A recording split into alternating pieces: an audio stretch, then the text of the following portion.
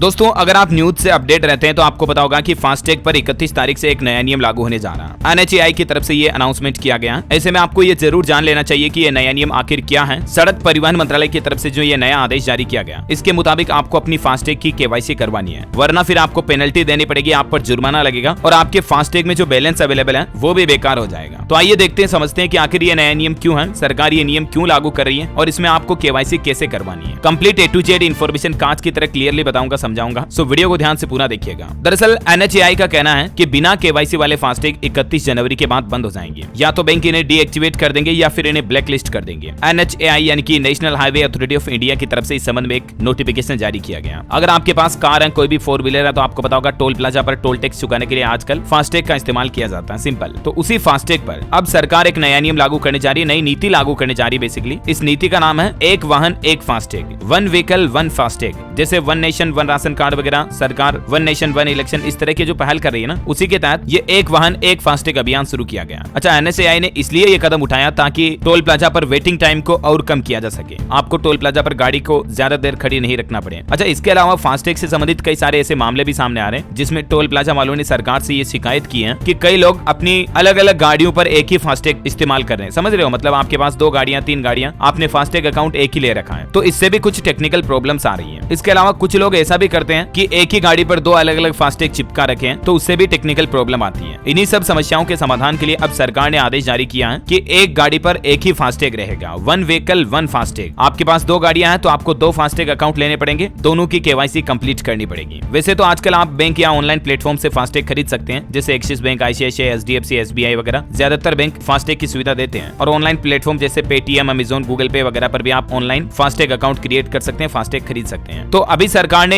ये फास्टैग की KYC करवाने की लास्ट डेट 31 जनवरी 2024 रखी है। उसके बाद बकाया धनराशि के साथ अपूर्ण KYC वाले फास्टैग 31 जनवरी 2024 के बाद बंद हो जाएंगे। अब KYC का मतलब ये है कि आपको अपने फास्टैग को आधार कार्ड से लिंक करना है। कई लोगों के फास्टैग आधार से लिंक भी है, उनका KYC भी हो रखा है, फिर भी पुराने फास्टैग में जो कुछ तरह की समस्या आ रही है उसके चलते आपका फास्टैग ब्लैकलिस्ट हो सकता है। अब सबसे महत्वपूर्ण सवाल की KYC करवाने के लिए आपको जाना कहाँ होगा। ऐसे फास्टैग धारक अपने बैंकर के पास जाकर KYC अपडेट करवा सकते हैं, जिस किसी भी बैंक में आपने फास्टैग ले रखा तो, या अगर आपने पेटीएम, फोन पे वगैरह के जरिए ऑनलाइन फास्टैग ले रखा है तो आप पेटीएम में जाकर अपने फास्टैग की KYC अपडेट कर सकते हैं। KYC का मतलब सिंपली होता है नो यूर कस्टमर। आपको अपने आधार कार्ड, पैन कार्ड की डिटेल आपके फास्टैग के साथ लिंक करनी है, सिंपल। कहीं आपने बैंक से लिया हुआ तो आप बैंक ब्रांच में जाकर कर सकते हैं, ऑनलाइन भी आप पेटीएम वगैरह के जरिए भी कर सकते हैं। जहां से कुल मिलाकर आपने फास्टैग ले रखा वहां से आप ये KYC कंप्लीट कर सकते हैं। अच्छा, एक मेन प्रॉब्लम ये भी बन रही है, पता क्या? ट्रांसपोर्ट एक्सपर्ट अनिल चिकारा का कहना है कि कुछ वाहन चालक इसका मिसयूज कर रहे हैं। वो ऐसे कि छोटी गाड़ी के फास्टैग कॉमर्शियल गाड़ियों पर चला रहे हैं। उदाहरण के लिए आपने छोटी गाड़ी का फास्टैग ले रखा, छोटी गाड़ी का तो टोल टैक्स 100 रुपए होता है और कॉमर्शियल गाड़ी का